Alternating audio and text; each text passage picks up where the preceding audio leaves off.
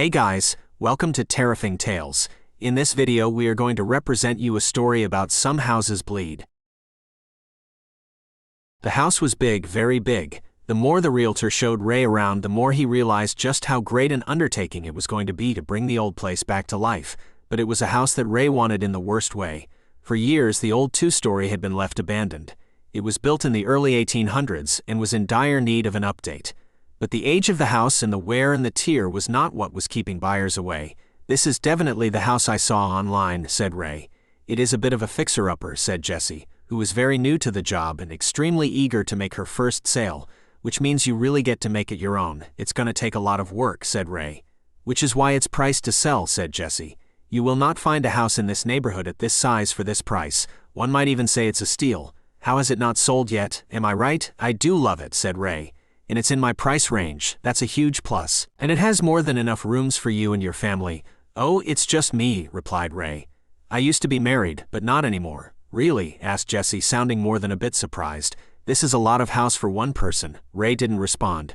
"Are you a house flipper?" asked Jessie. "Something like that," replied Ray. "I like to think that I leave a house a little better off than how I found it." "Then this is definitely the house for you." "I think I found my new place," said Ray. "There's just one tiny little insignificant detail that I have to disclose to you before we can do any paperwork." "What's that?" asked Ray. "This dwelling is considered a stigmatized property," explained Jessie. "What does that mean?" asked Ray. "Well, some people, mostly the superstitious, think this house is kind of haunted." "Wait, what? Are you telling me that you're trying to sell me a haunted house? Is that why this place is so cheap? Did a bunch of people get murdered here or something? Am I going to be cursed if I buy this place, like I can never leave?" Jessie was clearly taken aback by what Ray had just said and was unable to muster an answer. Ray immediately began laughing. "I'm just messing with you," he said. "I don't believe in all that supernatural garbage. People hear a creak in the night or see a shadow on the wall and assume that means there's a ghost in the house. Believe whatever you want to believe. If it means I'm getting a house for 30% less than market value, then good for me." Ray filled out all the paperwork that afternoon and within only a few days was moving his belongings into the house. As he was lugging boxes from the moving truck to the house, an older couple pulled up in a beat-up old truck. They quickly made their way to Ray and greeted him just as two people who had known him for years would have. "So you're the new owner," said the old woman, eagerly shaking Ray's hand. "It's a hell of a house," said the old man. A hell of a house. Before Ray knew it, the couple had ushered him right into the house. "It looks just like the pictures on the internet," said the old man. "Ooh, there's the fireplace. I'm sorry, do I know you?" asked Ray. "Oh, where are our manners?" said the old woman. "My name is Estelle and this is my husband Warren. It's nice to meet you," said Ray. "I'm Ray. So what are you doing here? I just bought this place, so if you're interested in it, I hate to tell you that you're a little late." "Oh, we're not buyers," said Estelle. "We just have a fascination with old houses like yours." Warren pulled out a camera and began taking pictures. "Am I missing something?" asked Ray. "Is this house like on an historic registry or something? 'Cause if it is, then am I gonna have to run it by the city if I want to make any renovations?" "Oh, don't change a thing, dear," said Estelle. "Leave it just the way it is." "Have you moved much of your stuff in yet?" "Not much," replied Ray. "I just started moving boxes about an hour ago." "Oh, that's good," said Estelle. "What's your husband doing?" asked Ray, who noticed Warren had taken hold of the curtains. "Oh, pay no attention to him," replied Estelle. "Why don't you show me the kitchen? I'm sure it's the most interesting room in the house." To Ray's dismay, Warren pulled out a lighter and tried to set the curtains on fire. Fortunately, the lighter looked to be just as old as the couple and wasn't igniting. "What's he doing?" asked Ray. "Oh, don't worry about him," said Estelle. "Now you were about to show me the kitchen," and with that, Estelle tried to lead Ray away. "You just keep looking forward, dear. Let us save your life." Eventually, the lighter ignited and Warren succeeded in setting the curtains on fire. "You crazy old coot," shouted Ray before running to put out the flames. Ray had nothing capable of putting out a fire, so the best he could do was to pull the curtains from the wall and attempt to stomp them out. "Don't do that," said Warren, trying to pull Ray away from the burning curtains. "You'd better get out of this house before you become the next thing I start stomping on," exclaimed Ray. "I thought you told him we were trying to save his life," Warren told Estelle. "I guess he wants to die in this house," said Estelle. An hour later, the police were on the scene taking a statement from Ray. "So these old folks got the drop on you and overpowered you?" asked the officer. "I never said they overpowered me," said Ray. "I said they caught me by surprise. They pushed me down while I was trying to put out the curtains. I guess I was too preoccupied with keeping my house from burning down to get into a fist fight with a couple of senior citizens and prevent them from leaving." I've already written down that they overpowered you, said the officer. I can't erase ink. Son of a bitch, said Ray. As Ray was talking to the officer, a detective on the scene was watching him very intently. After the unfortunate curtain burning incident, Ray was able to finish moving the rest of his belongings into the house.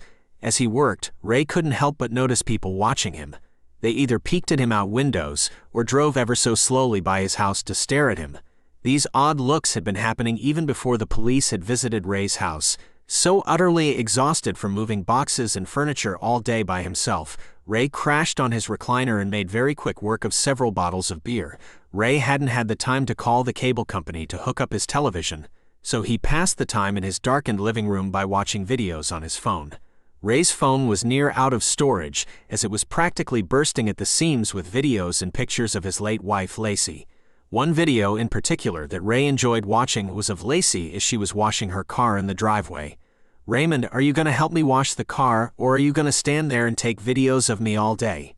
Asked Lacey, whose smile showed there was no anger behind what she had just said. Well, you're doing such a great job washing it yourself, said Ray. I'd hate to step in and mess up what you're doing. Oh, is that your excuse? Asked Lacey, who was now pointing the hose at Ray. Whoa, said Ray. No need to get weapons involved. You gonna help me now, or would you rather get the hose? Asked Lacey. I'd still rather not help, replied Ray. The answer was enough to earn Ray a well-deserved soaking from his wife. Despite how embarrassing it had been to be drenched, Ray couldn't help but smile at the video. Finding another video he enjoyed greatly, Ray eagerly clicked on it and began watching. Lacey was sitting in the same recliner Ray now sat in. The living room was saturated in sunlight as Lacey gazed out the window as the sound of children playing outside punctured the silence. When she noticed Ray filming her, Lacey immediately turned her face away. No, don't record me, she said. I look awful. No, you don't, said Ray. You're the most beautiful woman I've ever seen. You don't really mean that, said Lacey, whose usually cheerful disposition had been replaced by a far more sorrowful one. All other women don't even exist as far as I'm concerned, said Ray. Remember that time I hit a lady with my shopping cart in the grocery store? I didn't even see her standing there because there are no other women. She used some pretty colorful language with you, said a now smiling Lacey. I was getting ready to pull out my phone to call 911 if she started swinging on you. You don't think I could have handled her? She was twice your size, Raymond. She would have crushed you like a bug. Hey, I'm tougher than I look, said Ray. The smile faded from Lacey's face and she again began staring out the window. Will you still love me when I'm all shriveled up and all my hair falls out? She asked. That's not gonna happen to you, said Ray. But if it does, I'm still gonna be crazy about you. Heck, I'm probably gonna look a lot worse than you. Would you still love me if I just disappeared? Lacey, said Ray. Would you, Raymond? Ray wiped a tear from his eye as he watched the video. I'm going to love you for 1,000,000 years, said Ray. What do you think about that? Just 1,000,000, asked Lacey. I'm going to love you for 1,000,000 billion trillion years, replied Ray. That's a long time, said Lacey. It's practically forever. I did the math, said Ray. It's even longer than forever. Having been watching videos on his phone for quite some time, the battery finally died, leaving Ray alone in the dark. The sound of a floorboard creak prompted Ray to spin his head around and peer into the darkness. Seeing nothing out of the ordinary, Ray decided it was time for him to head off to bed. As Ray was making his way down the hall, something quite odd happened. The bathroom light suddenly turned on by itself. This stopped Ray dead in his tracks. Half expecting someone to be on the other side of the door, Ray cautiously opened it. Fortunately, there was no one waiting for him. Bad wiring, said Ray, flipping the light on and off a few times to reassure himself. Guess I have to call an electrician. And with that, Ray headed into his bedroom, shutting the door gently behind him. The house was now abnormally silent, and the darkness was just as unsettling, as only the scantest of moonlight could force its way through the curtains. The silence was broken when what sounded like someone letting out a deep breath filled the hallway outside Ray's bedroom. This was followed by the bathroom light again turning on. With the real estate market being hotter than it had been in years, Ferguson Realty's offices were busy with activity. The only time the realtors were given any chance to decompress was their lunch break. Jessie was at her desk eating a modest lunch of a ham sandwich and bottle of water from a plain brown paper bag. One of the other realtors arrived at Jessie's desk with one of the largest smiles on her face Jessie had ever seen. Is it true? Asked the woman whose name was Maria. Is what true? Asked Jessie. The house, did you really sell the Devil House? Do they really call it that? Asked Jessie. We've been trying for years to sell that place, but no one in their right mind would go anywhere near it. Everyone from these parts has heard the stories. Well, Mr. Martinez isn't from the area, said Jessie. Look, you're new to town so you haven't heard the stories about the house like the rest of us, said Maria. Growing up, all we ever heard was stay as far away from that house as possible. Parents even threatened to send their kids to live there if they ever got out of line. You'd better believe that straightened us out. What happened there? Asked Jesse. Well, it all started long ago, like in the 1800s I think, explained Maria. An old lady named Agnes Weatherby used to live in that house, and she was one bad lady. What did she do? Asked Jesse before timidly biting into her sandwich. Well, she wasn't always old, said Maria. From what I've heard, when she was young she was quite the looker, which made it very easy for her to lure men into her home. And once she got them in there she did unspeakable things to them. Like what? Asked Jesse. Didn't I say they were unspeakable? But your guess is as good as mine. I've heard she tortured the hell out of those men. They were supposedly sacrificed to the devil. That lady had some freaky stuff going on inside that house. Was she ever punished? Asked Jesse. That's the best part, said Maria. They didn't arrest her and put her on trial. A bunch of the men from town busted into her house in the middle of the night and hanged her right there in the living room. She wasn't dying fast enough for them though, so they slit her open and let all her guts spill out. That's gruesome, said Jesse, placing her sandwich down. None of the men were ever held accountable for what they did, said Maria. And why should they? They did the town a favor that night.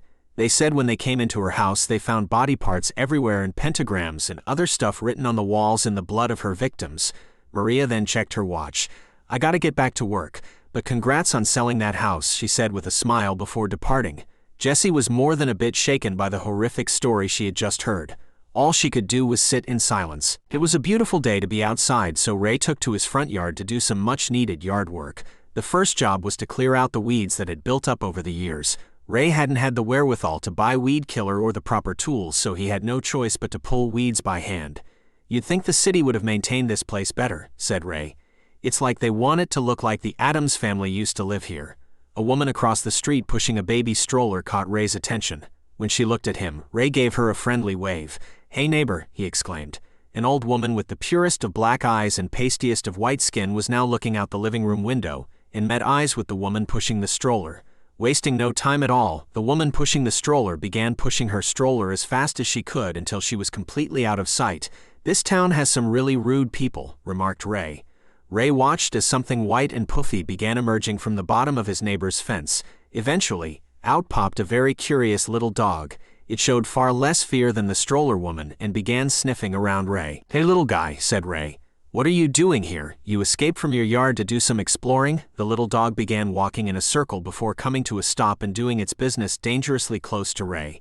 You little jerk, exclaimed Ray, immediately standing up to get out of harm's way. When the dog was finished, Ray picked him up and marched to the neighbor's house. He rang the doorbell and waited, but no one ever answered. You're lucky I'm a nice guy, said Ray as he made his way back home. Most people would have taken you for a car ride that you would never come back from. Ray opened his back gate and gently put the dog down. I'm going into town to buy some tools, he told the dog. Before I go, I'm putting a note on your owner's front door, letting them know that you're back here, okay? The dog looked quizzically at Ray. You have no idea what I'm saying, do you? Okay, when I get back let's hope you're not here. Ray drove into town shortly after his one-sided conversation with the neighbor's dog. He stopped in at the local hardware store and quickly became the topic of every customer's conversation. It was obvious to Ray that everyone in the store was either staring at him or talking about him. To try to lighten the mood, Ray took hold of a nearby shovel and made an ill-advised joke. This a good shovel for burying a body, he asked. Despite being indoors, Ray was sure he had heard a cricket chirp. You the guy that bought the old Weatherby place? Asked the old man tending the register. That's right, name's Ray. Nice to meet you. Any reason in particular why you chose that house? Well, it was priced to move, said Ray. That's for sure. It's on a quiet street, great schools, and the friendliest neighbors I've ever come across. You know the history of that house, right? Asked the old man. What history? Asked Ray. Some very bad things happened in that house. Things I'm not at all comfortable saying out loud. Every house has bad things happen in them, said Ray. I once lived in a house where they used to make meth. Other people have lived in that house before you, said the old man. Not all of them lived long enough to get out before it was too late. They didn't believe the stories either. I bet they wish they had believed now.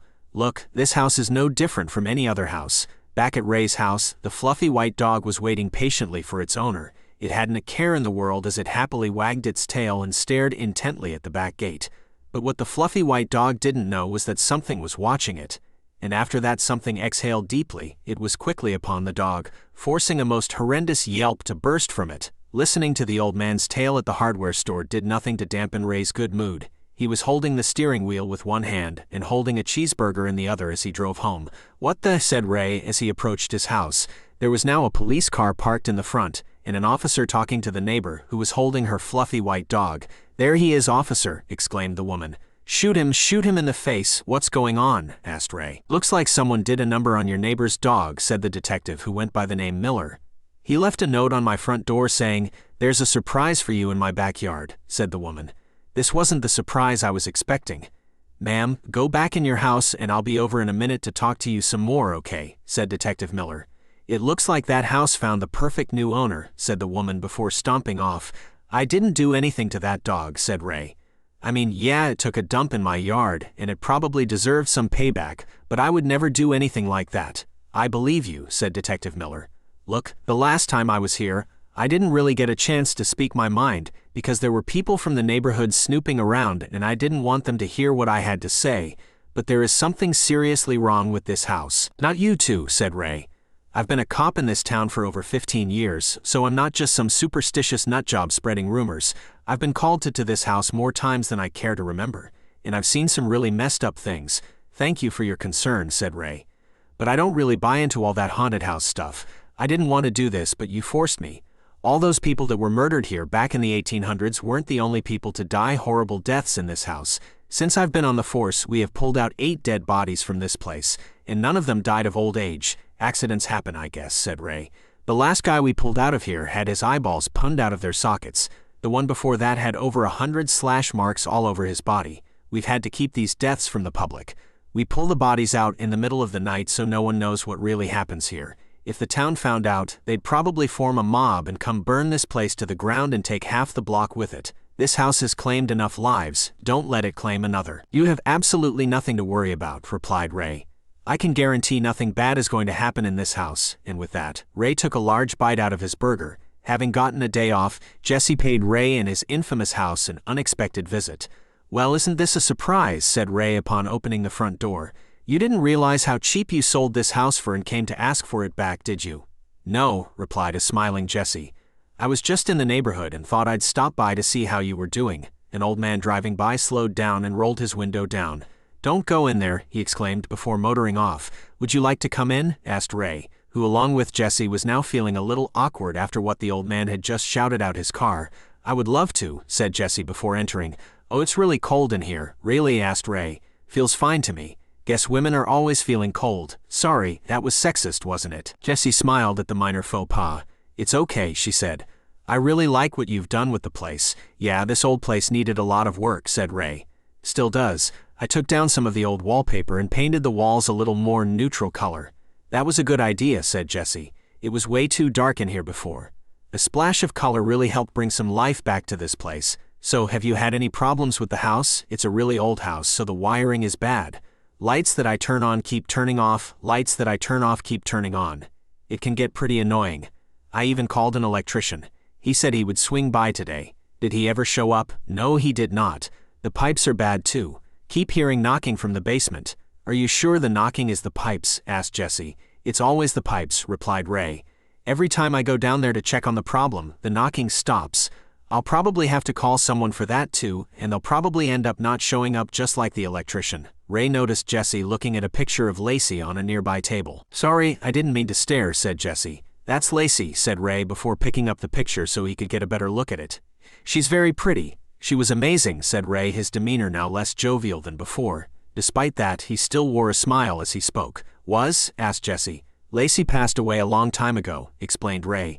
"I'm sorry," said Jesse. "That's okay," replied Ray. "Lacey got sick, really sick. At the end, she wasn't herself anymore. But she fought really hard. There was nothing I could do but make sure she passed as peacefully as she could." Ray then placed Lacey's picture back on the table. "She'll always be with me, though. She sounded like an amazing person," said Jesse. Just then, Ray's cell phone began ringing. The ringtone was quite an upbeat pop tune. "I don't know how to change that," said Ray. "Hello, what? Where are you?" Ray went to the front door and whipped it open. Standing by the curb was a pizza delivery boy holding Ray's order. "Yeah, so if you could just throw the money at me, bro, that would be really cool," said the delivery boy. "And I'll just leave the pizza right here so you can come get it." Why don't you just come to the front door? Asked Ray. You're literally 10 steps away. Nah bro, I'm good. I have like this leg condition where I can't really use my legs that good. So if you could just wad the bills up and then throw them at me. This is ridiculous, said Ray. How about I just come to you and give you the money and you give me the pizza? Yeah bro, that would work. When Ray exited the house, heavy footsteps could be heard from upstairs. They traveled down the hall and to the stairs. It seemed that whoever or whatever it was that was upstairs was soon to be making its way to the first floor. Jessie turned her attention to the stairs, and just when it seemed something was about to appear, Ray came flying into the house, badly startling her. What happened? Asked Jessie. Why were you running? Couple dogs caught the scent of the pizza, panted Ray. Came after me. But they weren't fast enough. Hungry? Jessie was easily persuaded to stay for dinner. The light above the dining room table illuminated the immediate area well, but the rest of the house was beginning to drown in darkness as the sun set outside. Ray was smothering his pizza with hot sauce. He offered Jessie the bottle, but she shook her head. So it's just you in this big house? Asked Jessie. Yup, said Ray. I know it's a lot of house for one person, but I like to stretch my legs. I mean really stretch my legs, because I thought I heard footsteps upstairs. Oh, Ray went silent momentarily. Yeah, I've heard those too. I'm pretty sure I've got like raccoons or something living up in the attic. I'm gonna have to call someone to get rid of them. So you used to flip houses? Yeah, I was pretty good at it too, said Ray. Find a house, fix the problems, sell it and move along to the next one. Interesting. So what do you think about all this haunted house stuff? Asked Jessie. Bunch of nonsense, right? I don't believe in any of that haunted house stuff, said Ray. I'm one of those people who believes that when you die, that's it. You don't get to come back to take care of unfinished business. Leave that stuff in the movies, I say. When Ray took a drink of water, he immediately spat it back out in the way someone would have had they just been hit in the back. Are you okay? Asked Jessie. I'm fine, replied Ray. Just went down the wrong pipe. What I meant to say is, I believe in the afterlife, just not in that haunted house stuff. You can have one without the other, right? Yeah, I suppose, said Jessie. We've talked so much about me, said Ray. What about you? Who is Jessie? Me, asked Jessie. Well, I moved here about a year ago. Same story I'm sure you've heard before, just trying to start over after an incredibly messy divorce. How are you liking the real estate business? I like it a lot. I've met tons of interesting people. Plus it's a great way to learn about a town's history, like this place. If only these walls could talk. The pair finished their meals and talked a bit more before saying their goodbyes. So utterly exhausted was Ray that he skipped his usual routine of watching television and instead went straight to bed. Ray's bedroom was shrouded in darkness when he entered, but he could make out what looked like the figure of someone lying under his covers. Is someone in here? Asked Ray. He timidly grabbed his blanket and whipped it off the bed, revealing that no one had been lying underneath. It's never a naked lady, said a dejected Ray. In no time at all, Ray was fast asleep. So deep was he in slumber that Ray was unable to hear footsteps approaching his bed. Emerging from the darkest corner of the bedroom came the once owner of the house, Agnes Weatherby. On this night, Ray dreamed of Lacey. She was standing out in the darkened hallway outside of the couple's bedroom. Her back was turned. Lacey, said Ray, slowly approaching her. When he had gotten close enough, Ray put his hand on Lacey's shoulder. No, not Lacey, said the woman in an unsettling whisper. When she turned around, Lacey revealed her eyes to be darker than any shade of black. Outside of Ray's dream, Agnes had climbed onto his bed and was slowly inching her way toward him. Back inside his dream, Ray was frozen with fear. Who are you? He asked, sure that the woman standing before him was not his real wife. Instead of answering, the woman produced a knife from behind her back. Without saying a word, she plunged it into Ray's chest. So startling was the dream that Ray immediately woke from his slumber, falling off the bed and landing painfully onto the floor, taking the blanket and pillows with him in the process. After Ray came to his senses, he found himself alone in his room. Hastily making his way down to the kitchen, Ray opened up his refrigerator and retrieved his bottle of hot sauce. He then poured the contents down the sink. I swore I would never eat this stuff before bed, said Ray. The same thing happens every time.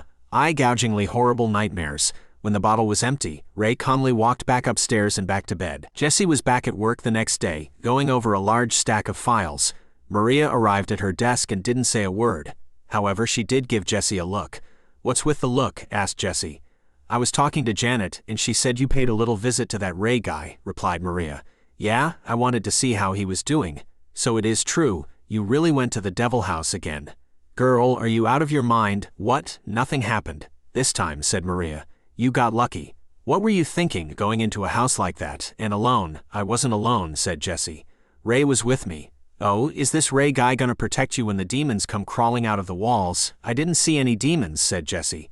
"It seemed like a perfectly normal house to me. It has its creaks and thumps, and sometimes it feels like someone is watching you and whispering in your ear, but it really is just a normal house." Maria pulled up a chair and sat beside Jesse. "Look, you have to promise you won't go back to that house," she said. "When I was just starting out here, they stuck me with that house too. It must be some kind of initiation or something. I did a full walkthrough. The whole time it felt like there were eyes on me, mentally undressing me." Jessie gave Maria a look of her own. "Look, that was before having 3 kids, okay," said Maria. "Cut me some slack. Anyway, I kept hearing footsteps upstairs and the house was cold, like way too cold for that time of year. But what really freaked me out was, as I was heading to my car, I took one last look at the house, and that's when I saw that old woman in black watching me from the living room window. She didn't look human at all. Somebody could have slipped into the house while you were in there and you just didn't notice them," said Jesse. "I locked all the doors after I went in there," explained Maria. "I am telling you, it was Agnes Weatherby. Her spirit is still inside that house." "Are you sure that's what happened?" asked Jesse. "People here tell me you liked to hit the bottle back in the day." "I've seen pictures of the bitch," said Maria. "It was her. Lucky for me, I never had to go back to that house because no one was ever stupid enough to want to buy it. They told me not to tell you what I had seen when they assigned the house to you. They also told me not to tell any of the other realtors they gave the house to that had come before you.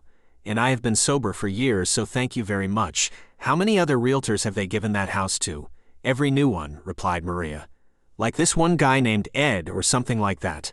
I don't remember his name. None of us liked him. He came back from his walkthrough and quit right there on the spot. Said this job wasn't for him.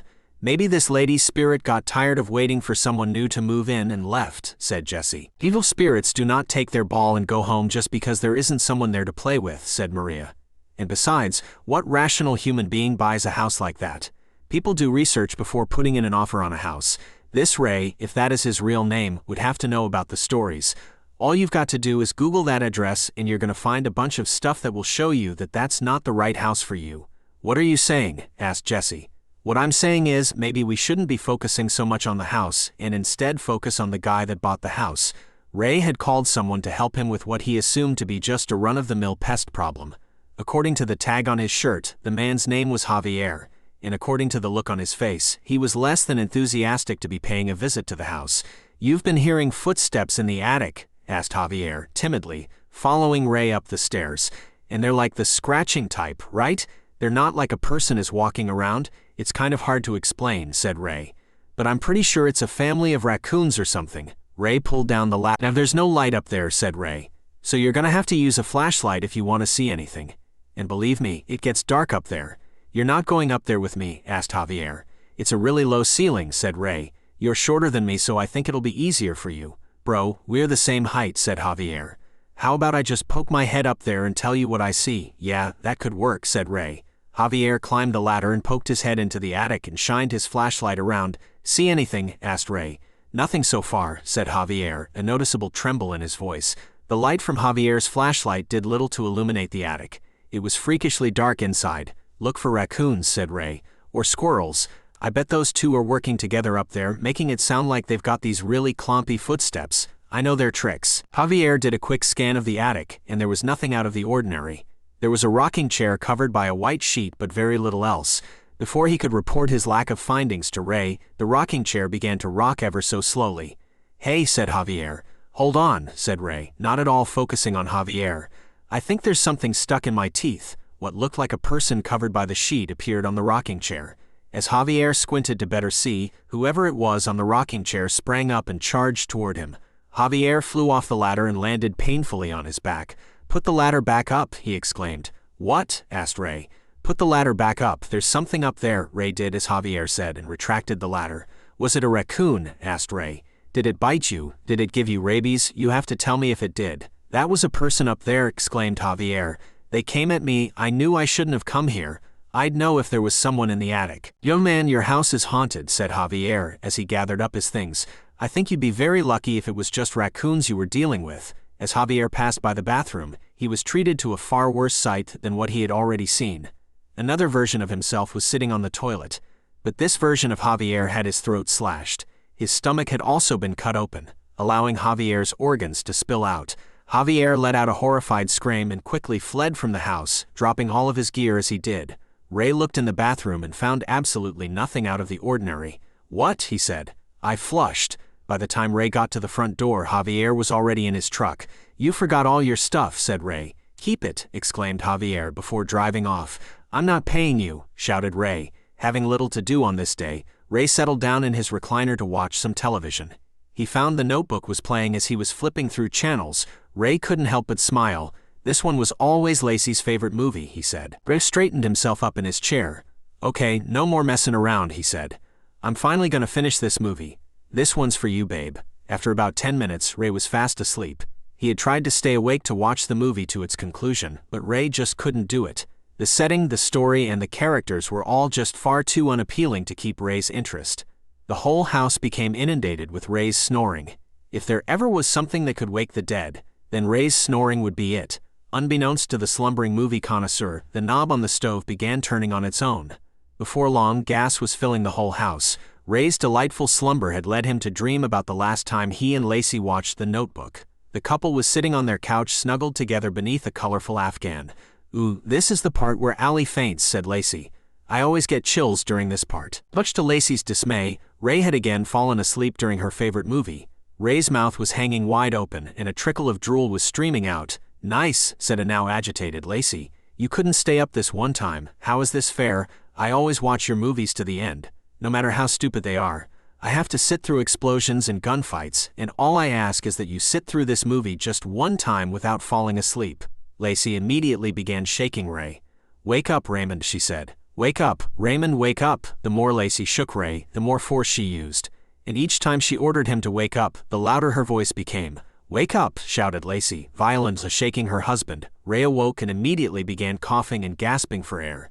The smell of gas had made Ray lightheaded, but he managed to escape through the front door and collapse onto the front lawn. When he awoke, Ray found he was in the back of an ambulance being tended to by a pair of paramedics. They had put an oxygen mask on him to aid in his breathing. "What happened?" groaned Ray. Detective Miller was standing just outside the ambulance. "Seems like you had a bit of a gas leak," he said. "A couple neighbors said they found you sprawled out in the front yard mumbling about a notebook or something." "I have a gas leak now," asked Ray. "Great.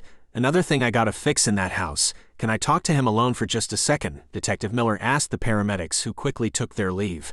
"I'm not convinced this was a gas leak. That stove was turned all the way up." Ray removed the oxygen mask from his face. "I must be getting forgetful in my old age," he said. "That stove was cleaner than any stove I've ever seen," explained Detective Miller. "When was the last time you used it?" "Recently, probably," replied Ray. "I checked your trash can and it's full of takeout boxes. If I didn't know better, I'd say you don't even know how to use a stove." "I'll have you know I can boil water like it's nobody's business," said Ray. "I don't think you left the stove on. I think someone turned it on hoping to put an end to your life." "Not this again," said Ray. "You think a ghost turned on the stove so that I would die from sucking up gas fumes, is that it?" "Pretty much," replied Detective Miller. Ray hopped off the gurney and out of the ambulance. "Accidents happen all the time," he said. "And some of us are just a little too accident-prone sometimes. I promise you, there is nothing that's not normal going on around here." Jessie was back at work walking back to her desk when she passed by Maria. "This is not normal," said Maria, who was captivated by what was on her computer. "What are you doing?" asked Jessie. "I knew there had to be something wrong with that boyfriend of yours," said Maria. "So I did some checking up on him." "He's not my boyfriend," said Jessie, nervously twirling her hair with her finger. "Why did he say something?" "Look at this," said Maria. "I typed Ray's name into one of those people lookup sites. Isn't it kind of a creep move to use one of these sites? I didn't pay to use this website. It was completely free. It's only creepy if you pay for this kind of stuff." "You have a good point," said Jessie. "So what did you find?" "Look at this," said Maria. "This site shows all the addresses Ray has lived at. Look at how many there are. He's lived at over 40 addresses in the last 10 years. That's kind of weird," said Jessie. "You think that's bad?" asked Maria. "You'd better brace yourself." "I googled his ass and look at what I came up with." Jessie began scanning Maria's screen and was shocked to find an old news story about how Ray's wife met a most untimely demise. "What is this?" gasped Jessie. The story described a brutal attack in the Martinez home on one fateful night many years prior. Ray had been stabbed numerous times by an unknown assailant. The amount of blood he had lost should have been enough to have killed him, but he somehow managed to survive. Lacey, on the other hand, had sustained only a single stab wound to the chest, but that injury had been enough to end her life. "They never found the murder weapon," explained Maria. But they never found any forced entry either. That boy got secrets he ain't sharing with the rest of us. He said Lacey got sick, said Jesse. Said Maria. I guess he didn't really want to talk about something so horrible with someone he hardly knows. Said Maria. I mean, would you want to talk about something like this? Jesse, your break's over. Get back to work, exclaimed her boss, prompting Jesse to head back to her desk. You stay away from that boy, exclaimed Maria. That night, Ray wanted nothing more than to decompress from another hectic day. So he did something he was unaccustomed to doing. That night, Ray drew himself a very sudsy bubble bath, rubber ducky included. Ray had placed a damp washcloth upon his face and allowed the serenity of the moment to take him away. I feel just like a lady, he said. Was that sexist? Nah. So relaxed was he that Ray was struggling to stay awake. And in his current state, he was unable to hear the heavy breathing that was growing dangerously close. Before long, something grabbed Ray by the shoulders and had forced him under the water. Being in such a state of shock, it took Ray a few seconds more than he would have liked before he started fighting back. Eventually, Ray was able to pull his head out of the water and catch his breath through a series of desperate coughs. Don't, ever, fall asleep in the bathtub, said Ray. Early the next day, Jessie was anxiously scanning the office. She knew Maria was around and would not approve of what she was about to do. As quickly as she could, Jessie dialed Ray's home phone. It rang a few times before someone picked up. Hello, Ray, it's Jessie, she said. There was no answer on the other end. All Jessie could hear was static and what sounded like breathing. Ray, can you hear me? I think we might have a bad connection. Before Jessie could say another word, she was treated to the most horrific scream she had ever heard. She immediately hung up and was badly startled when she turned around to find Maria right behind her. What's wrong with you? Asked Maria. Nothing, replied Jessie. Why? Who said anything was wrong? You look like you just saw a ghost. Ghost? What ghost? What's a ghost? Girl, you were working way too hard. Later that day, Ray had a plumber over to the house. His kitchen sink was clogged and he desperately needed help unclogging it. I used drain cleaner on this thing, said Ray. But that didn't do anything. Yeah, sometimes you get something stuck down there that takes a little more than drain cleaner, replied the plumber, whose tag revealed his name to be Bill. He then began feeding the line into the drain. Should be able to find what's blocking your drain with the camera, won't take too long. Sounds good, said Ray. Hey, when you're done, can you take a look at the pipes in the basement? They have been knocking like crazy, can barely sleep at night because of them. The basement? Asked Bill, who had a clear look of fright on his face. No one said anything about the basement. The ticket was for the kitchen sink. There was a sudden knocking on the front door. Let me just go check on that, said Ray before leaving. When Ray answered the door, he found a group of kids running away. Ghost house, the kids shouted in unison. You little punks, exclaimed Ray, who immediately gave chase. Bill was now all alone inside the house he had been quite wary of entering in the first place. Though Ray was outside dealing with some no-good kids, it felt to Bill as if someone was watching him. The not-so-subtle sound of deep breathing also became evident. Ever so slowly, Bill looked behind him. Standing uncomfortably close to him was Ray. Bill was badly startled, and by being so badly startled, also startled Ray. Why are you standing so close to me? Asked Bill. I wanted to see if I could see what was inside the drain on your camera, replied Ray. I thought you were outside dealing with those kids, said Bill, who immediately went back to feeding more line into the drain. They were too fast for me, replied Ray. I stopped chasing them after a couple of steps. There was no way I was going to catch any of them, even the fat one. Getting old sucks. Try not to leave me alone, said Bill. I might, need a hand or something, added Bill, trying his best not to sound like he was afraid. Yeah, no problem, replied Ray.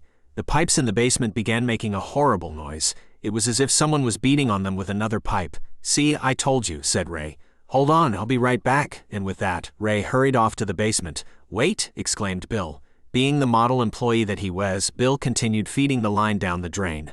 Okay, Bill, you got this, he said. You said 10 Hail Marys before entering. Nothing bad can happen to you. Before long, Bill's line hit something. What was showing up on his monitor looked to be a tangled mess of black hair. The hair soon started to look as if it was moving. What is that? Wondered Bill. As Bill leaned in to better see the monitor, an eyeball appeared in the mess of hair. It was painfully obvious that it was staring right at him. To hell with this, exclaimed Bill, quickly retracting the line. I'm chewing the shit out of Jerry the second I see him.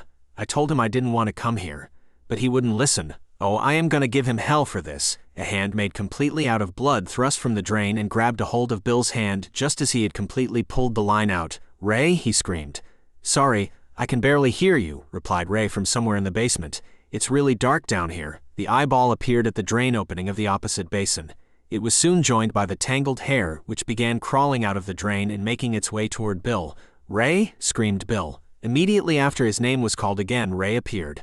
The scene he came upon was quite a strange one. Bill was being very dramatic despite everything being perfectly normal. "Did you finish already?" asked Ray. The hand made of blood, the eyeball, and the tangled black hair were now nowhere to be found. Bill began feeling the wrist that had been grabbed, but there was nothing out of the ordinary. It showed no signs of having just been grabbed. "Everything okay?" asked Ray. Without saying a word, Bill ran out of the house. Ray rushed to the front door after him. "You forgot your stuff," he shouted. Bill's hands were shaking so terribly that he struggled just to get his keys out of his pocket. "It all belongs to the company," replied Bill. "They can come get it if they want it," and with that, Bill got in his truck and hastily drove away. "I'm not paying you," shouted Ray. That night, Ray settled down in his easy chair and watched some television. He had settled on a nature show. "The lioness takes its time," said the British narrator. "The zebra has no idea that its fate is already sealed." "Stupid zebra," said Ray. "The lioness is careful not to let the zebra know what awaits it in just a few short moments, and in the blink of an eye the hungry lioness is upon the zebra, and it's over." Before long, Ray had fallen asleep. Ray's dream on this night was a familiar one. He was in bed with Lacey. The room was uncomfortably dark. "Raymond, you awake?" asked Lacey. Being far too tired to engage his wife in conversation, Ray didn't give a response, hoping it would lead her to call it a night as well. "Thank you for sticking with me, Raymond," said Lacey. "I know it isn't easy putting up with me sometimes, but I just want you to know I wouldn't want to be going through this with anybody else. I love you, Raymond." And with that, Lacey rested her head upon her pillow and went to sleep. Knowing it was far too late to say something now, Raymond did his best to fall asleep. Ray awoke from his temporary slumber. A tear fell from his eye, prompting him to quickly wipe it away. "Stupid dusty house," he said. Ray was pleasantly surprised the next day when Jessie paid him an unexpected visit. She again said she was in the neighborhood and just wanted to see how he was doing. Lucky for Ray, he was cooking a large meal on the stove so there would be more than enough for two. As Ray was toiling away in the kitchen, Jessie's cell phone began ringing. "Hello," she said. "Girl, where are you?" asked Maria. "Someone told me that you went home early." I'm fine, said Jessie, her voice now little more than a whisper. "You aren't with that Ray boy, are you?" No, of course not," replied Jessie. "I'm at my second job, gotta make ends meet, you know." "Oh really?" asked Maria. "Okay, so where's this second job of yours?" "I'm a strip club," replied Jessie. "I am a stripper." "Really? What's your stripper name?" "Strippy, McStripface," replied Jessie. You could have just said your stripper name was Sparkles or Sapphire or something like that, but you panicked and said the name of the job in your name. A dead giveaway that you're lying. "Can I change my answer to Sapphire?" asked Jessie. "Too late. You're with that Ray boy again. I knew it. I distinctly remember telling you to stay away from him. Keep your voice down. I'm on an incognito mission to find out more about him. Girl, as soon as the customer's signature is on that contract, we don't have to find out any more about anyone. So your business with him is done." "Oops, gotta go," said Jessie before abruptly hanging up. Ray entered the dining room holding a casserole dish filled with what looked like a casserole but more like just a conglomeration of different ingredients masquerading as a casserole. The food made a squishy sound as Ray scooped it out of the dish and onto Jessie's styrofoam plate. The plate paired well with the red Solo cups. "Bon appetit," said Ray. "Looks great," replied a smiling Jessie. As they ate, Jessie brought up a question that had been weighing on her mind for some time. "So, the lady with the blood-curdling scream on the phone," she said. "What was that all about?" "Oh that," said Ray, his mouth still full. "I have nearly the same phone number as a sex hotline. Only one digit is different. You'd be surprised by how many times I've gotten called in the middle of the night by guys asking me what I'm wearing." "They scream on those sex lines?" asked Jessie. "People are into some weird stuff these days, you know, with the internet and all. Vanilla stuff just gets boring, not that I have any knowledge about that sort of stuff." Jessie took a drink before dabbing her forehead with her napkin. "This is some spicy food," she said. "Sorry, I didn't know I'd be having company. I sometimes go too hard with the hot sauce. I didn't always like the stuff, but now I can't seem to get enough." Ray seemed a bit annoyed by what he had just said. "It's okay," said Jessie. "What happened to your arms?" What Jessie was referring to were the numerous scratches that were all over Ray's arms. It looked as if he had fought a cat, and the cat had won. "These have been happening while I sleep," replied Ray. "I guess I'd better start clipping my fingernails down." "You sure that's how it happened?" asked Jessie. "They look like they're pretty deep cuts." "I'm not worried," replied Ray. "I've just been having these really weird dreams lately. I think that's what's causing them." "What kind of dreams?" "I dream that I'm lying in bed when this disgusting, vile, out-of-this-world, ugly old woman crawls on top of me," explained Ray. The temperature in the room suddenly began to drop. She's one of those hags that you can just tell that even when she was young was ugly. You can't even make the excuse, well, she's only ugly because she's old and wrinkly. No, she was a hideous she-beast from the moment she crawled out of whatever equally monstrous oozing pus-filled woman that gave birth to her. Maybe cut down on the adjectives, said a very uncomfortable Jessie, who was now nervously scanning the area. Is it getting colder in here? I feel like it's getting colder in here. And her breath smells like 1,000 sewers filled to the brim with dirty diapers that have been left to rot in the sun. She is, by far, the most vile creature to ever set foot on God's green earth. The lights began to flicker, and what sounded like angry whispers filled the room. Is this it? Asked Jessie. Is this how I die? It's bad wiring, explained Ray. No electricians want to touch this place. Got those cushy union jobs where they don't even have to lift a finger if they don't want to. Plus this house is drafty as a son of a bee. A door upstairs slammed loudly, prompting Jessie to look at Ray to get his best logical explanation. Very drafty, said Ray. When the lights finally went out, Jessie stood up from her chair with the speed of someone who had been jolted with electricity. Would you look at the time, she said, though nothing could be seen in such darkness. You're leaving already? Asked Ray. I've got lots of early meetings tomorrow, said Jessie. Trying to sell a house to a hot air balloon guy, so I really have to rise to the occasion. It's good to keep busy, said Ray. It really is. Oh, you don't have to lead me to the door. I can find my way, said Jessie, as her hand was firmly gripped. I'm over here, replied Ray, whose voice showed he was not the one who had taken Jessie by the hand. Jessie rushed to the door and into the small amount of light that was shining through the front window. It was there where she was met by Ray. She then handed him her business card. Just in case you lost the first one I gave you, she said. If you ever think about selling this place and getting out of here. I just moved in, said Ray. Seriously, you need to get out of this house, said Jessie before making her hasty retreat. Ray was now all alone in the very dark and very drafty house. I guess I went a little too heavy on the spicy food, he said.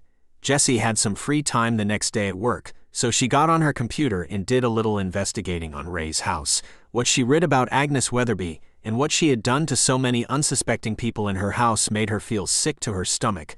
Several websites she visited had old photographs of the carnage. Jessie's cheeks ballooned to twice their normal size several times as she held back the vomit. How evil can one person be? She wondered. Clicking away from the search, Jessie opened the tab containing the website Maria had told her about that gave out far too much information about people. Before Jessie was a very long list of addresses that Ray had lived at. The most recent address was the house he lived at now, but Jessie wondered what had led Ray to move away from his other homes after having lived in them for such short amounts of time. Choosing one of the addresses at random, Jessie Googled it and was presented with a most startling revelation. Several stories appeared about the house reportedly being haunted. Thinking it to be nothing more than an eerie coincidence, Jessie Googled another random address. Again, she was presented with several stories about the house's haunted history. No matter which house Jessie Googled, the result was always the same. Every one of the houses Ray had lived in had some sort of reported haunting attached to it. How can this be? Wondered Jessie. One of the stories had a video attached to it. In this video, two boys had sneaked into the house at night, armed with only their flashlights and the phone they were using to record their video. What's that sound? Asked one of them. Shut up, said the one holding the phone. The sound of footsteps on the floor above them was coming in crystal clear. There's someone else in here, bro, said the frightened boy. No, there isn't. Why are you being such a chicken? At least I didn't pee myself at the carnival last October. I told you I spilled my soda on my lap, said the boy holding the phone. That's why I was wet. No soda smells like what you smelled like. What sounded like whispering could then be heard. So help me if you get in the way of me finding all that treasure, said the boy holding the phone. There's no treasure in here, replied the frightened boy. There's only demons in this house. Demons, schmemons, I'll kick their asses if they try to take any of my treasure. The video then showed the flashlight directed at a door that was slowly opening. What looked like the figure of a person was just outside the rim of light. Before Jessie knew it, an unseen force had knocked down both boys, leaving the ceiling as the only thing visible on the video. At that moment, one of Jessie's co-workers had made his way to her desk with a cup of coffee. An extremely startled Jessie nearly jumped out of her seat when the man made the awful mistake of putting his hand on her shoulder. The coffee jumped out of the cup and into the man's face, forcing he and Jessie to both begin screaming. Ray had again heard the pipes knocking in his basement and had gone to check them out. The basement was exactly what was to be expected from a house of that age. It had a dirt floor and was kept illuminated by a single bulb hanging from the center of the room. The light, however, did little to illuminate the room, as it was still very difficult to see. Rickety old shelves were found throughout, held against the walls with rusty nails that looked as if they were ready to give way at any second. Finding the pipes, Ray began inspecting them. "So help me if you start to leak and flood the basement," he said. "You have any idea how hard it's going to be for me to find someone who's willing to come down here?" With the pipes running from the wall to across the ceiling, Ray had to use a rickety old chair to stand upon to check for signs of damage beyond their layers of rust. "These pipes are in decent shape for their age," said Ray. So engrossed in his inspection was Ray that he failed to notice a set of footprints in the dirt making its way closer to him. Puffs of dust popped up with each step. "If I fall off the chair and hurt myself, can I sue the homeowner?" asked Ray. "Wait, that's me." As if on cue, one of the chair's legs broke, sending Ray falling off and crashing into some shelves. The force was enough to loosen the nails anchoring the shelves into the wall, but not quite strong enough to completely pull them out. Glass jars filled with tacks and rusty nails tipped over but did not spill their contents onto Ray, who was now flat on his back. Seeing just how close he was to having numerous sharp objects falling on him, Ray couldn't help but make a comment. "Today must be my lucky day," he said. Much to Ray's dismay, the nails that were anchoring the shelves into the wall gave way and the shelves and all of their contents came crashing down on top of him. Jessie was at home on her computer. Her investigation into Ray's odd choice of houses was continuing. As she worked, she was on the phone with Maria. "The houses must be haunted by his victims," said Maria. "It all makes perfect sense now. Ray's a serial killer that kills his victims in these houses so that they become haunted, thus satisfying his sick and twisted desire to have sex with ghosts. All of the houses were reported to be haunted years before Ray ever moved into them," replied Jessie. "Girl, you gotta poke holes in every theory I have. It just doesn't make any sense," said Jessie. "Ray doesn't believe his house is haunted. Every time something out of the ordinary happens, he always has some kind of explanation. You think he's some kind of debunker or something like that. Whatever Ray is, you have got to finally start taking my advice and stay away from him," said Maria. "If he isn't an at-large serial killer, then there's a chance he's something even worse." "What's worse than being a serial killer?" asked Jessie. "He has a small willy, that's what," replied Maria. "What?" gasped Jessie. Before either could say another word, the distinct sound of glass breaking and kids screaming could be heard on Maria's end. "Girl, I gotta go," said Maria. "Someone just broke something and now I have to go break them," and with that, the call was over. "Do these houses have a connection?" wondered Jessie, scanning over the information on her computer screen. "Or is it all just one big coincidence?" That night Ray, who now had bandages all over his body due to his most recent accident, was having a dreadful time in bed. He had been able to fall asleep, but he was suffering greatly. Every dream that came to him was of Lacey, but none of those dreams were of the moments Ray cared to remember. Ray and Lacey were in bed. It was very late and Ray was on the brink of falling asleep. The room seemed even more dark than usual. "Ray, you awake?" asked Lacey. Ray wanted to speak, but he was far too tired to do anything more than lie with his back to Lacey. "I just wanted to say that I wish it was you who was going through this," said Lacey, much to Ray's surprise. "You're the one that should be sick, not me. What makes you so special that you don't have to experience this? Why does it have to be me?" Ray was no longer on the brink of sleep. He was wide awake, but far too shocked to say anything. "I can see it on your face every time you look at me," said Lacey. "You think I'm pathetic, don't you? Or you think somehow that I'm getting exactly what I deserve. How dare you think those things about me? I won't let you get away with this, Ray.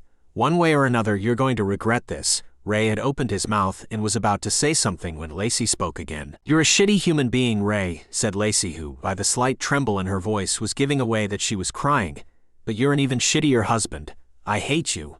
Ray was ripped away from his slumber after being forced to live through one of the most horrible moments of his life. Being quite parched now, Ray made his way downstairs and to the kitchen where he quickly drank down a full glass of water. On the way back to his bedroom, Ray stopped by the picture of Lacey in the living room. When he picked it up, the glass cracked. "This is what happens when you buy a picture frame at a yard sale," he said. The knocking pipes could once again be heard from down in the basement. Ray whipped the basement door open and flipped on the light switch, but the light refused to turn on. "I'll have to deal with you another time," said Ray. For what felt like an eternity, Ray attempted to get back to sleep, but there was no way he could succumb to his fatigue as all the noise in the basement was keeping him up. Having had his fill of obnoxious noises for one night, Ray took his pillow and blanket and marched out of the house into his car. For the night, Ray's backseat would serve as his bed. As Ray tried his best to get comfortable in his temporary bed, Agnes was watching him from an upstairs window. Ray was jerked awake the following morning by an elderly couple out for a walk. "Go sleep somewhere else, you bum," exclaimed the wife before banging angrily on the window. The first order of business for Ray that morning was to go to the local hardware store and buy some supplies to put an end to the banging pipe once and for all. Ray's haggard look got him more than his fair share of looks. "You look like hell, son," said the old man tending the register. "Well, I feel like hell," replied Ray. With no one being home, it was the most perfect opportunity for Estelle and Warren to sneak their way into Ray's house. Warren was quite the lockpicker, so the couple had no trouble getting in. Warren was about to light the curtains in the living room on fire again, but Estelle stopped him. "There's no need to rush it," said Estelle. "We should start the fire in the basement." "Why do you want to do that?" asked Warren. "Because if we start the fire on the ground floor, then it'll have to burn both upward and downward. It'll take too long and it'll give the fire department time to put it out. If we start the fire down in the basement, then it only has to burn upward." "Looks and brains," said a grinning Warren. The couple hastily headed to the basement. Estelle flipped on the light switch, but the light refused to turn on. Fortunately, the pair had packed flashlights. Even during the day, the basement was as dark as the endless void of space. Once they had carefully made it down the rickety stairs, Warren and Estelle proceeded to cover every available surface with lighter fluid. As the pair was working, the pipes began banging loudly. "What's making them do that?" asked Warren. "Don't worry about it," said Estelle. "Just keep squirting." The basement door slammed shut. "I think she knows we're here," said Warren. The distinct sound of whispering could be heard throughout the basement. "Light this place up," said Estelle. The pipe running the length of the ceiling burst open and water began pouring out. When Warren struck a match, a sudden gust of air extinguished it. He struck another match, but the same thing happened. "Keep trying," exclaimed Estelle. "We have to destroy this house no matter what." The water that had poured onto the dirt floor softened the soil far quicker than it should have. To make matters worse, the old wooden staircase suddenly fell to pieces and into a jumbled pile of broken wood. "I don't think she's going to let us leave," said Warren. Hands covered in decaying flesh thrust out of the now abnormally soft dirt and took a hold of Warren and Estelle's ankles. Estelle was caught so off guard that she dropped her flashlight. Its fading light shined on Agnes, who was at the other end of the basement, happily watching as the couple and all their supplies were slowly being pulled into the ground. "We knew this day would eventually come," said Estelle. The pair had been just close enough so that they could reach out and grab onto each other's hand. "I love you, my little chickadee," said Warren. "I love you too, my darling," said Estelle. Before long, the couple had been completely sucked into the soft ground, leaving behind nary a trace that they had ever made it home after his venture into town. He wasted no time in taking his bag of supplies to the living room couch to come up with a battle plan. The contents of Ray's bag were little more than several rolls of duct tape. "Okay," said Ray. "If I wrap up those pipes tightly enough, then it should stop the banging. I saw them do it on one of those house renovation shows. I fell asleep while watching it, so it could have been a dream, but I'm confident this'll work." An above-average-sized yawn escaped from Ray. "Still a little tired from last night," he said. "Maybe I'll take a little catnap before I get started." Ray laid himself down on the couch and closed his eyes. It took him no time at all to fall fast asleep. Still quite obsessed with the mystery that was Ray, Jessie was at home glued to her computer.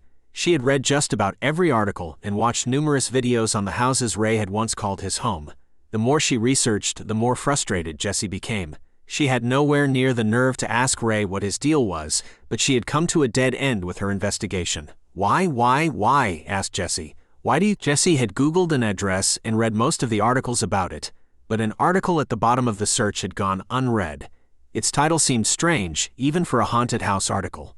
"Haunted No More," said Jessie, reading the title out loud. With newfound energy, Jessie began reading the article.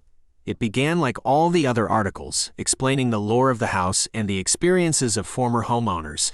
But unlike the other articles Jessie had been reading, this one went on to explain how any and all paranormal activity had ceased. Jessie eagerly clicked on a video link attached to the article. As she watched the video, an interview with an old man piqued her interest. "House used to be haunted, but not anymore," he said. "It's the damnedest thing. For years, all ya heard was how bad that house was. Now, nothing." Jessie eagerly typed in another address. Like with the last house, she found unread articles at the bottom of the search. The current house she was investigating had been the former home of one of Ohio's worst serial killers.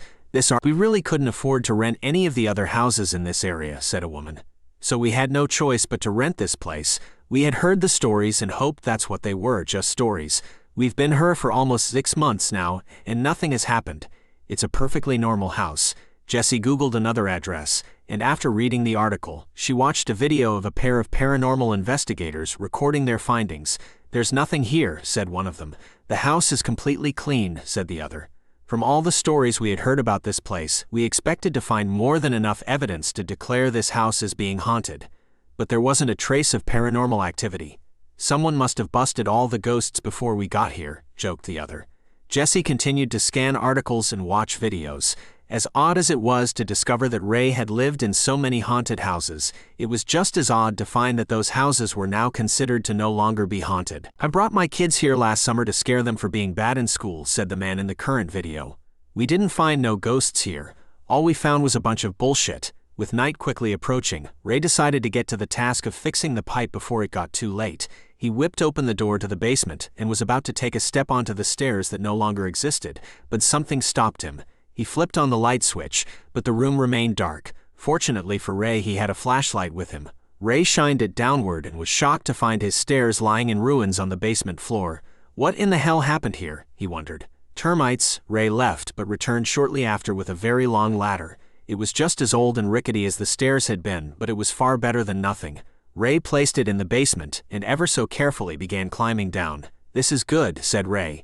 "We are getting stuff done." Ray was unaware that Agnes was waiting for him at the bottom of the ladder. Before Ray knew it, the ladder had begun to tip over and was now on its way down.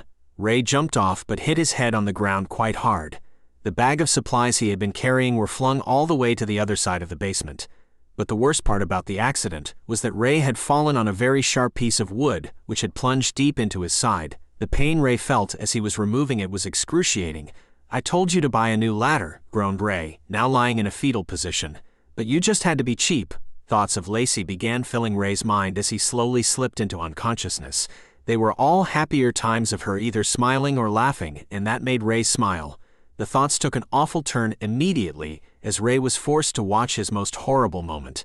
Ray, who was covered from head to toe in his own blood, had just forced a large knife into Lacey's chest. Ray snapped out of his stupor and began crawling as best as he could toward the other end of the basement. The light above him began to flicker. "Need to call for help," he said. "I bet that dumb superstitious cop is going to show up and start wagging his finger at me."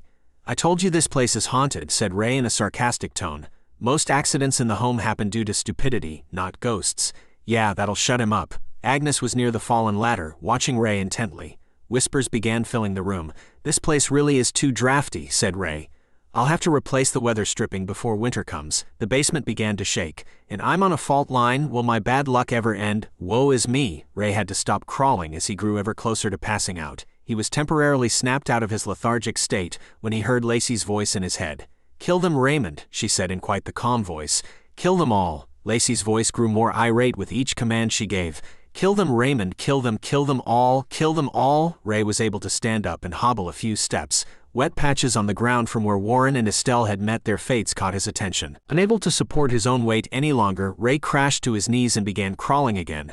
"Have to finish the job," he said. "Do it for the resale value." Like a hungry predator stalking its prey, Agnes began making her way toward Ray. "Where'd the duct tape go?" wondered Ray.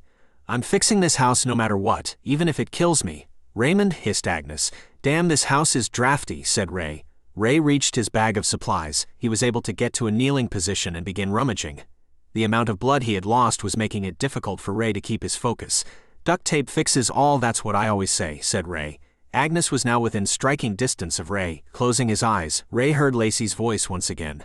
"I love you, Raymond," she said. "Only Lacey gets to call me Raymond," said Ray.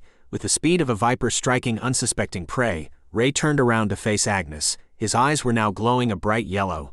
In less than the blink of an eye, Ray was upon her. A most horrific scream burst from Agnes, but it didn't last long.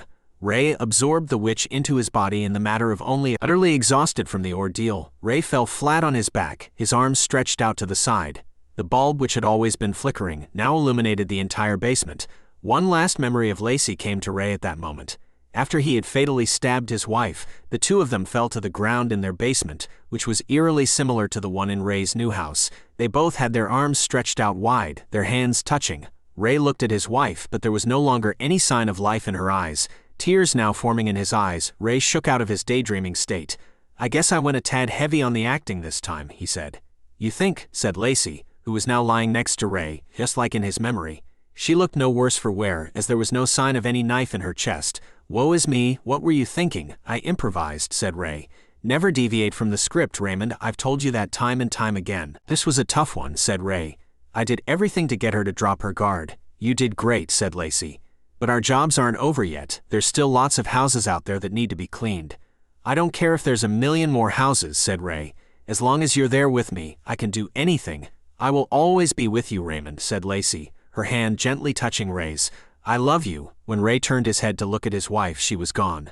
A few days later, Jessie had mustered the courage to pay Ray yet another unexpected visit. Okay, Jessie, you can do this, she said to herself as her car got nearer to her destination. Just sneak your question into casual conversation.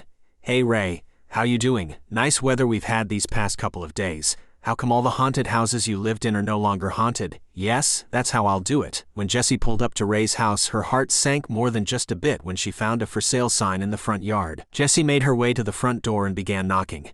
She was hoping Ray was still occupying the residence and not yet moved away. Ray, you in there? She asked. Ray? With each passing knock, Jessie was losing more hope. Agnes? When she looked through the window, Jessie could see that all the furniture was gone. He left, she whispered. Jessie was fighting back tears as she made her way back to her car. She stopped at the for sale sign and her sorrow temporarily changed. Not only did he leave like a thief in the night, but he used a different realtor, she exclaimed. Off somewhere in a different part of the country, two boys riding their bikes were watching a new neighbor moving into what local folks regarded as the most evil house they had ever come across. The boys rode up to the man who was busy unloading boxes from a moving man. Tell him, the first boy said. You tell him, said the second boy. Hey mister, said the first boy. The man turned around to show himself to be one Ray Martinez. Any injuries he had incurred while at his previous home were now gone from sight. What can I do for you boys? He asked. I don't know if you knew this or not, said the first boy, but everyone says your house is haunted. Haunted? Asked Ray. He then let out a chuckle. Oh boys, don't you know, there's no such thing as ghosts? Ray then looked to a window on the second floor. The curtain was gently swaying as if someone had just been watching him. Ray grinned. Trust me, I know, church's violent delights. Thank you for watching, guys. If you enjoyed this telling story video, please do not forget to give us a like, comment, share and subscribe.